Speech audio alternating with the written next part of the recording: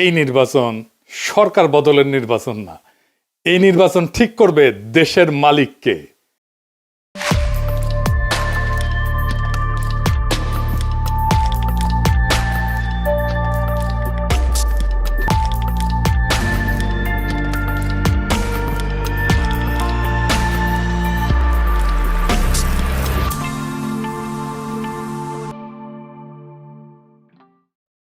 এগারো দলের নির্বাচনে ঐক্য হয়েছে, আলহামদুলিল্লাহ। এইটা আরো ভালোভাবে হইতে পারতো, কিন্তু হয় নাই। যাই হোক, অসুবিধা নাই। এই জোটকে এখন বিজয় হইতে হবে। বিজয়ী হইতে পারলে এটা বাংলাদেশের গেম চেঞ্জার হবে, ইতিহাস বদলায় যাবে, বাংলাদেশের রাজনীতি বদল হয়ে যাবে চিরজীবনের জন্য। বাংলাদেশের মানুষ সত্যিকারের আজাদি পাবে। এগারো দলের নির্বাচনে ঐক্য জিতে যাবে, হ্যাঁ জিতে যাবে। এইটা কওয়া যেতে পারে পিস অফ কেক, আপোষে ঘটতে পারে যদি তারা রাইট স্ট্র্যাটেজি নিয়ে মাঠে থাকতে পারে। আর মাত্র 3টা সপ্তাহ। নতুন বাংলাদেশের দিশা দেখাইতে হইলে আপনার একদম নতুন স্ট্র্যাটেজি নিয়ে আগাইতে হবে। আমার স্ট্র্যাটেজি কলে ফুল প্রুফ, বন্দুকের গুল্লি মিস হইতে পারে, আমার স্ট্র্যাটেজি মিস হবে না। কিন্তু মুশকিলটা হইতেছে, আমি যেহেতু জোটের কেউ না, আমি তো হরিদাস পাল, তাই আমার এই ইউটিউব বানাই কইতে হইতেছে যে কেমনে এই স্ট্র্যাটেজিটা ইমপ্লিমেন্ট করবে। তাতে একটা মুশকিল আছে, এটা তো যায় না যাবে প্রতিপক্ষ। আসলে প্রতিপক্ষ যায় না যায় বা বুঝা যায় আপনি কোন স্ট্র্যাটেজি নিতেছেন, এটা প্রতিপক্ষের বুঝতে তো সময় লাগবে না, তাই না? একেবারে বেকুব না হইলে। তাই এই স্ট্র্যাটেজি কয়ে দিলেও অসুবিধা নাই। 11 দলীয় জোট এটা যদি অনুসরণ করে ভালো, না করলেও সমস্যা নাই। অনেকে শিখা যাবেন কেমনে জাতীয় ইলেকশনে জিতে আসতে হয়। নির্বাচন আসলে অগলের মাথায় আসে একটা নির্বাচনী ইস্তেহার বানাইতে হবে, লেখা লাগবি। 2018 সালের ইলেকশনে তখন ঐক্যফ্রন্টের ইলেকশন কাজ করতেছি লুকায় থেকে, মানে আন্ডারগ্রাউন্ডে থেকে। আমি ঐক্যফ্রন্টের বুঝাইতে পারলাম না যে ইস্তেহার একটা ভুয়া জিনিস। ইস্তেহার আপনারে ইলেকশনে জেতায় না, জেতায় অন্য কিছু। এই ভূখণ্ডের রাজনৈতিক ইতিহাসে 2টা নির্বাচন ফেনোমেনাল হয়েছে। একটা 70-এর নির্বাচন আর একটা 91 নির্বাচন। একটা মুজিব জিতছিল, আর একটা জিতছিল খালেদা জিয়া। মুজিবের 70-এর নির্বাচনে জিতাইছিল কি কন্ত 6 দফা স্বায়ত্তশাসন, তাই না? 91 খালেদা জিয়া জিতাইছিল কি? উনার একটাই কথা, ওদের হাতে গোলামির জিনজির, আমাদের হাতে স্বাধীনতার পতাকা। এই কথাটা, এই যে 6 দফা আর স্বাধীনতার পতাকা, এটা কি নির্বাচনী ইস্তেহারে লেখা ছিল? না, লেখা ছিল না। তাহলে এটা কি যা এত সিম্পল, এত ছোট, অথচ এত পাওয়ারফুল? কি এটা? এটা হইতেছে স্ট্র্যাটেজিক ডক্ট্রিন। নতুন কথা মনে হইতেছে, আগামী নির্বাচনে 11 দলের স্ট্র্যাটেজিক ডক্ট্রিন লাগবে একটা, যদি জিততে চায়। আজকাল আলাপ সেই স্ট্র্যাটেজিক ডক্ট্রিন নিয়ে আসেন। আগে বুঝে নি কেন স্ট্র্যাটেজিক ডক্ট্রিন ইস্তেহারের চাইতে অনেক বেশি গুরুত্বপূর্ণ, আর স্ট্র্যাটেজিক ডক্ট্রিন আসলে কি, এর হাতি না ঘোড়া? আসেন আল্লাহর নামে শুরু করি। ইস্তেহার হইতেছে নির্বাচনের আগে দেওয়া প্রতিশ্রুতির তালিকা, কি কি করা হবে তার ঘোষণা, মূলত ভবিষ্যৎ নির্ভর। আর স্ট্র্যাটেজিক ডক্ট্রিন হইতেছে রাজনীতিকে দেখার দৃষ্টিভঙ্গি, ক্ষমতার উৎসকে সেটা নির্ধারণ করা, রাষ্ট্র কার জন্য, তার স্থায়ী উত্তর একটা স্ট্র্যাটেজিক ডক্ট্রিন। ইস্তেহার বলে কি করব, ডক্ট্রিন বলে কেন করব আর কার জন্য করব। মানুষ এই সমস্ত ইস্তার ফিস্তার বিশ্বাস করে না, পড়েও না। রাজনৈতিক দলের কর্মীরাও পড়ে না, কারণ সারা দুনিয়ার বাস্তবতা হইতেছে প্রায় সব দলই একই প্রতিশ্রুতি দেয়। চাকরি দেব, বেকারত্ব কমাবো, দাম কমাবো, দুর্নীতি কমাবো, কিন্তু মানুষ জানে এগুলো ভুয়া, কিছুই হবে না, কিছুই পূরণ হবে না। ফলে ভোটাররা এই সমস্তকে পাত্তা দেয় না। কিন্তু ডক্ট্রিন ইস্তেহারের এই সীমাবদ্ধতা ভেঙে ফেলে। ইস্তেহার যাচাই হয় ক্ষমতায় গেলে, ক্ষমতায় যে সে করলো কিনা। আমি কিন্তু আওয়ামী লীগের ইস্তেহার নিয়ে বেশ কয়েকটা এপিসোড করছি যে ওরা কোনোটাই কিছু করে নাই, বাস্তবায়ন করে নাই। কিন্তু ডক্ট্রিন যাচাই হয় ভোট দেওয়ার আগেই। ডক্ট্রিন মানুষকে প্রশ্ন করায়, আমি কি এই ডক্ট্রিনের মধ্যে নিজেকে দেখতে পাই? এই দল আসলে আমাকে কি মনে করে? মানুষ ইস্তেহার বিশ্বাস না করলেও ডক্ট্রিনকে চিনতে পারে। ইস্তেহার হয় পরিস্থিতি নির্ভর, আর ডক্ট্রিন সময় স্বাধীন। জিনিসপত্র দাম বাড়লে ইস্তেহার বদলাবে, যুদ্ধ হইলে ইস্তেহার বদলাবে, কিন্তু ডক্ট্রিন বলে যে পরিস্থিতি আসুক ক্ষমতার কেন্দ্রটা বদলাবে না, ভোটাররা তাতে নিরাপত্তা পায়। ইতিহাস বলে যে দল ডক্ট্রিনে যেতে সে নির্বাচনে যেতে। নির্বাচনের মাঠে ডক্ট্রিন কি করে? 1 নাম্বার, ভোটকে একটা ডিল থেকে ঘোষণা বানায় দেয়। ইস্তেহার, আমি ভোট দিচ্ছি কারণ তুমি দিবা আমারে, তাই তো? আর ডক্ট্রিন বলে আমি ভোট দিচ্ছি কারণ আমি জানি ও আমি কে তার কাছে। 2 নাম্বার, প্রতিপক্ষের কথা কেউ নিজের করে নেয়। তার প্রতিপক্ষ যত কথা বলবে আমাদের ফ্রেমে বলবে, এটাই ডক্ট্রিন ঠিক করে। এটা আমরা আগে পরে আরো বিস্তারিত বলবো। ডক্ট্রিন ঠিক হলে ইশতেহার তার বাইরে যেতে পারে না। ডক্ট্রিন ইশতেহারের সীমা টেনে দেয়। আর মানুষের মনস্তত্ত্ব, মানুষ কি বিশ্বাস করে? মানুষ বিশ্বাস করে যে তাকে সম্মান দেয়, যে তাকে ছোট করে না, যে তাকে মর্যাদা দেয়, যে তাকে রাষ্ট্রের মালিক বানায়, তাকে বিশ্বাস করে। আর ইশতেহার বলে আমি তোমার এটা দেব। ডক্ট্রিন বলে আরে তুমি কি দেবো, তুমি তো মালিক। ডক্ট্রিন এটা বুঝায় দেয়। ইশতেহার আপনাকে গ্রহীতা বা অনুগ্রহ প্রার্থী বানায়, ডক্ট্রিন আপনাকে মালিক বানায় দেয়। মালিক ভিক্ষার উপরে ভোট দেয় না। নির্বাচন তো প্রতিশ্রুতির প্রতিযোগিতা না, নির্বাচন দেশের মালিকানা নির্ধারণ করে। তাই ইশতেহারের চেয়ে গুরুত্বপূর্ণ আমরা রাষ্ট্রকে, রাজনীতিকে, মানুষকে, জনগণকে, রাষ্ট্রের সাথে জনগণের সম্পর্ককে কিভাবে দেখি। নির্বাচনে মানুষ প্রতিশ্রুতিতে ভোট দেয় না, এটা বুঝতে হবে বাংলাদেশের পলিটিশিয়ানদেরকে। নিজের অবস্থানকে যে বুঝাই দিতে পারে তারে ভোট দেয়। আর যেই দল মানুষকে তার অবস্থান বুঝায় দেয় সেই দল ইশতেহার ছাড়াই জয়ী হইতে পারে। ইশতেহার ভুয়া জিনিস, ডক্ট্রিন আসল জিনিস। তাইলে 11 দলীয় জোটের বিজয়ের লক্ষ্যে স্ট্র্যাটেজিক ডক্ট্রিন কি হইতে পারে? আগে দেখে নেই বিএনপির স্ট্র্যাটেজিক ডক্ট্রিন কি এই নির্বাচনে, বলতে পারবেন? এটা জানা দরকার, কারণ এই বিএনপি স্ট্র্যাটেজিক ডক্ট্রিনকে হারাইতে হবে। কি সেটা? সেটা হইতেছে সবার আগে বাংলাদেশ। আমার আগে আমরা, আমাদের আগে দেশ, সবার আগে বাংলাদেশ। সবার আগে বাংলাদেশ, সবার আগে বাংলাদেশ।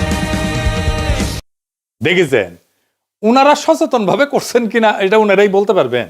তবে এইটা একটা plain and pure strategic doctrine বিএনপির। সবার আগে বাংলাদেশ এটা কেবল স্লোগান না, এটা একটা ডক্ট্রিনাল স্টেটমেন্ট। এইটাই ক্ষমতার উৎস নির্ধারণ করে। তাহলে এই ডক্ট্রিনাল স্টেটমেন্টের সমস্যা বের করতে হবে। সমস্যাটা কি? এই স্লোগানের সমস্যা বের করতে পারলে এইটারে ফাইট করা সহজ। আর এইটারে ফাইট করতে পারলে বিএনপি পুরা ক্যাম্পেইন কোলাপস করবে। আসেন এটা দেখে নিই, আমরা বিস্তারিত খুঁটায় খুঁটায় দেখব। তাইলে বুঝবেন এই সরল কথার মধ্যে কি গরল লুকায় আছে। গরল মানে জানেন তো, বিষ বিষ বিষ। তো দানের শীষের এই ডক্ট্রিনে কি বিষ লুকে আছে সেটা আমরা খুঁজে দেখি। সবার আগে বাংলাদেশ মানে বাংলাদেশ নামে একটা বিমূর্ত সত্তা আছে। সেই সত্তার যে স্বার্থ সেটা জনগণের উপরেও প্রাধান্য পাইতে পারে। অর্থাৎ জনগণ আগে না, রাষ্ট্র আগে। এটা একটা স্পষ্ট স্টেট ফার্স্ট ডক্ট্রিন। এটা শাসনের বৈধতা তৈরি করে। এই স্লোগান দিয়ে বলা হয় দেশের স্বার্থে সব কাজ করা হবে, ফলে অধিকার সীমিত করা, মত প্রকাশ দমন করা, কঠোর সিদ্ধান্ত নেওয়া, দমন পীড়ন করা সবই নৈতিকভাবে বৈধ হয়ে যায়। হাসিনার মতো। হাসিনাও এই একই ধরনের ডক্ট্রিনে বিলিভ করত, বিশ্বাস করত। এটারে বলা হয় ইংরেজিতে ইনস্ট্রুমেন্টাল লেজিটিমেসি ডক্ট্রিন, মানে উদ্দেশ্যের নামে পদ্ধতির বৈধতা। মানে উদ্দেশ্য হইতেছে আগে রাষ্ট্র, সবার আগে বাংলাদেশ। সেই জন্যে ওই সবার আগে বাংলাদেশকে রাখার জন্য যা যা পদ্ধতি আমি অ্যাপ্লাই করব সব বৈধ, সব সহি। এইটা জনগণকে সাবজেক্ট না অবজেক্ট বানায়, মানে জনগণ আর মালিক থাকে না, শাসিত হওয়ার বস্তু বানায় ফেলে। এই ফ্রেমে দেশ উপরে, জনগণ নিচে। জনগণ দেশকে সেবা দিবে, সেবা। জনগণ এখানে রাষ্ট্রের মালিক না, রাষ্ট্রের উপকরণ। এইটাকে প্যাটার্নালিস্টিক ডক্ট্রিনও বলা যায়, মানে অভিভাবক সুলভ শাসন ডক্ট্রিন বা অভিভাবকত্ববাদী রাষ্ট্রনীতি। এটা মানে কি? রাষ্ট্র নিজেকে জনগণের অভিভাবক মনে করে, আর জনগণকে দেখে অপ্রাপ্ত বয়স্ক, বুঝে না, নতুন, অক্ষম হিসাবে। এই এই সোনামণি বসো, জান তুই গেছো হ্যাঁ নয় নতুন নতুন। যাদের হয়ে রাষ্ট্র ভালো বুঝে সিদ্ধান্ত নেয়। এই ডক্ট্রিনে জনগণ মালিক না, তত্ত্বাবধানে থাকা ব্যক্তি যার সম্মতি প্রয়োজনীয় না, আনুগত্যই যথেষ্ট। প্রশ্ন করাকে দেখা হয় অকৃতজ্ঞতা হিসাবে। Paternalistic doctrine. বোঝা গেছে হাসিনা বলতো অকৃতজ্ঞ জাতি। এইখানে রাষ্ট্র বলে তোমার চেয়ে আমি বেশি বুঝি, আমি সবচেয়ে বেশি বুঝি। এই অভিভাবকত্ববাদী রাষ্ট্রনীতি এমন একটা শাসন দর্শন যেখানে জনগণ নাগরিকরা রাষ্ট্রের সন্তান। সন্তান বললে ভালো শোনায়, আসলে ওই অর্থে না আর কি, মানে অপ্রাপ্ত বয়স্ক জনগণ। দেখেন সবার আগে বাংলাদেশের ডক্টরিন কিন্তু পাল্টায় না কখনোই। মানে ধরেন যুদ্ধেও একই থাকে, সংকটেও একই থাকে, দমনেও একই থাকে। যুদ্ধও মানাবে, এটা সংকটও মানাবে, দমনেও মানাবে, কারণ দেশের জন্য সব যুক্তি খাটে। এটি ডক্টরিনের লক্ষণ। ডক্টরিন হয়ে উঠতে হইলে এরকম যে কোনো পরিস্থিতিতে এইটা কাজে লাগবে। এটা সীমা টানে না, ক্ষমতাকে অসীম কইরা দেয়।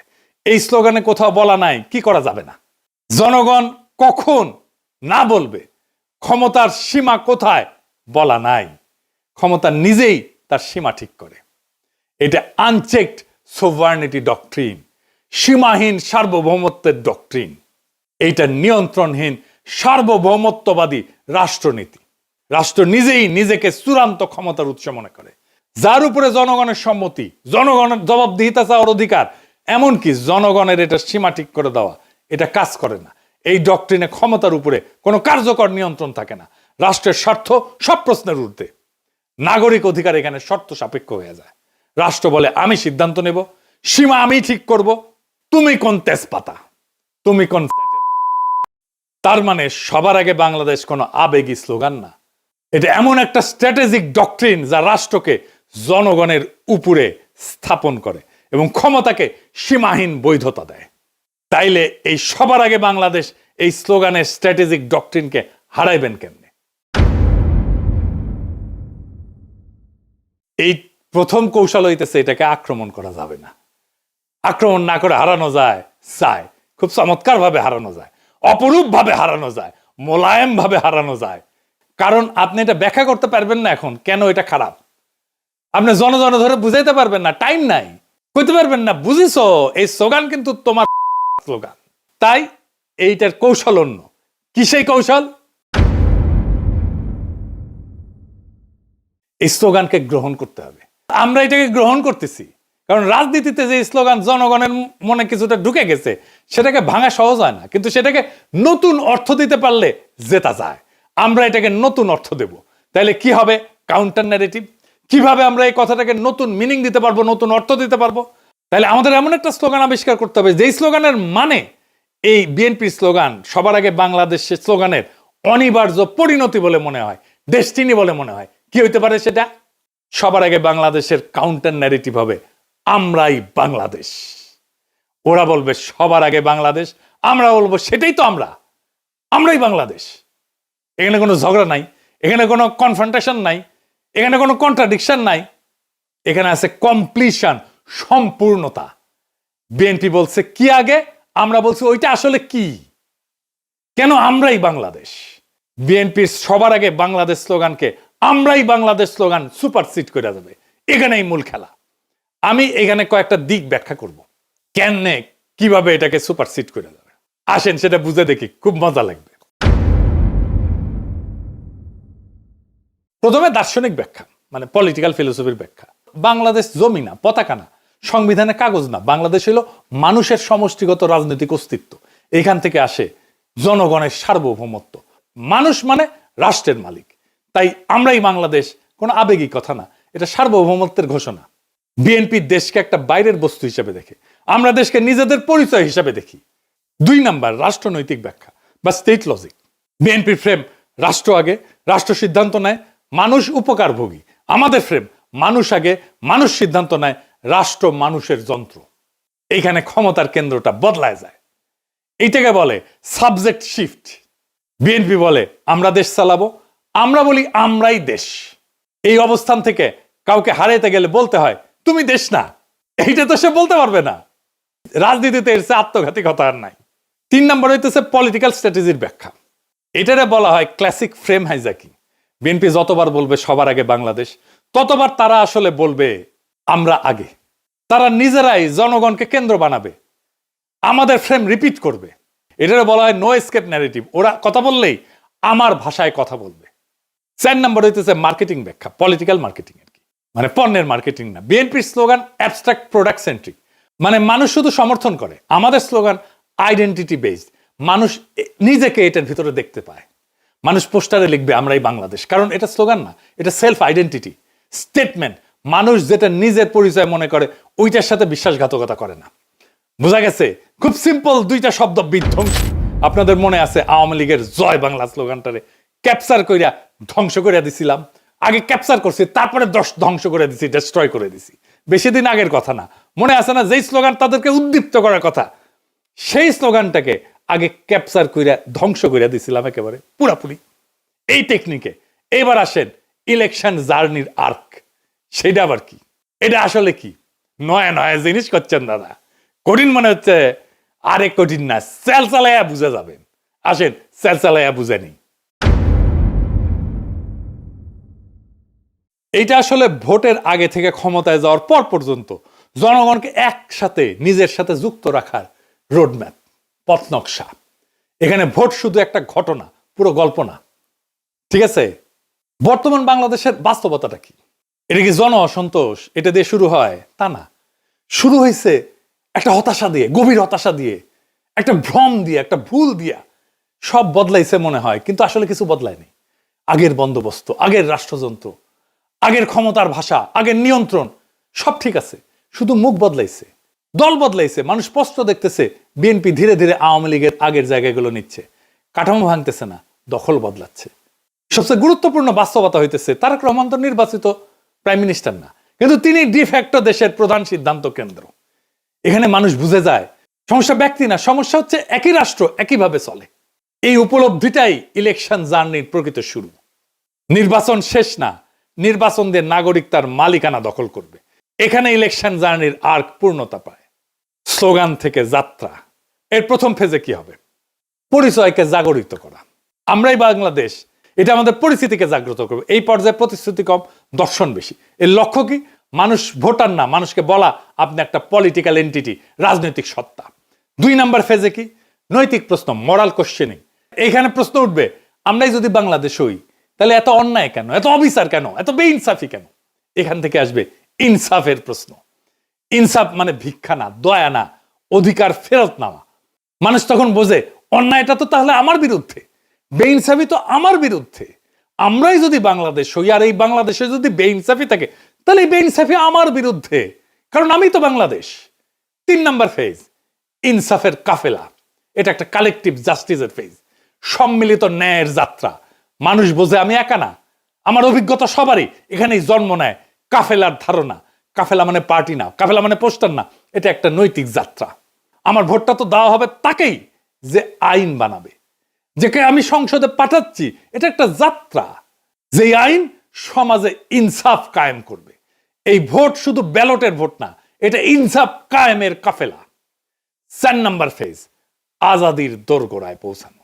শেষ পর্যায়ে প্রশ্ন বদলায়, কে ক্ষমতায় যাবে এটা প্রশ্ন না, বরং আমরা কিভাবে শাসিত হব সেইটা প্রশ্ন হয়ে দাঁড়ায়। আজাদি মানে নিজের জীবনের উপরে নিজের কর্তৃত্ব। এখানে নির্বাচন ক্ষমতার উৎস না, এই নির্বাচন হইতেছে আজাদির দরজায় পৌঁছানোর মাধ্যম। ইনসাফের কাফেলা দিয়ে আজাদির দরজায় পৌঁছানোর মাধ্যম হইতেছে নির্বাচন। তাইলে কেন এই যে সিম্পল মেসেজ আমরা এই বাংলাদেশ, এটা কেন আমাদের জিতায় দেবে? 5টা সিম্পল কারণে জিতায় দেবে। 1 নাম্বার, এটা ঝগড়ার রাজনীতি না। 2 নাম্বার, এটা পরিচয়ের রাজনীতি। 3 নাম্বার, এটা মানুষকে ছোট করে না। 4 নাম্বার, এটা মানুষকে রাষ্ট্র বানায়, মালিক বানায়। 5 নাম্বার, এটা প্রতিপক্ষের মুখে আমাদের ভাষা ঢুকায় দেয়। মানুষ যখন বলে আমরাই বাংলাদেশ, সে আর শুধু ভোটার থাকে না, সে হয়ে যায় মালিক। আর মালিক কখনো ভুল জায়গায় দাঁড়ায় না। এই নির্বাচন সরকার বদলেন না, এই নির্বাচন ঠিক করবে দেশের মালিককে। ওরা বলে সবার আগে বাংলাদেশ, আমরা বলি আমরাই বাংলাদেশ। যেদিন মানুষ এটা বুঝে যাবে সেদিন আর কাউকে জিততে হবে না। নির্বাচন নিজেই নিজের ফল ঘোষণা করবে। সেই দিনের অপেক্ষায় আমরা থাকব 12ই ফেব্রুয়ারিতে। ইনকিলাব জিন্দাবাদ। আমরা কি চাই? আপনি কি চান? আমি কি চাই? বাংলা কি চায়? মাটির কি চায়? শহীদ কি চায়? আমরা কি চাই? বাংলা কি চায়? 24 কি চায়? জুলাই কি চায়? আমরা কি চাই? ইনকিলাব কি চায়? বিপ্লব কি চায়? জনতা কি চায়? মাটি কি চায়? বাংলা কি চায়?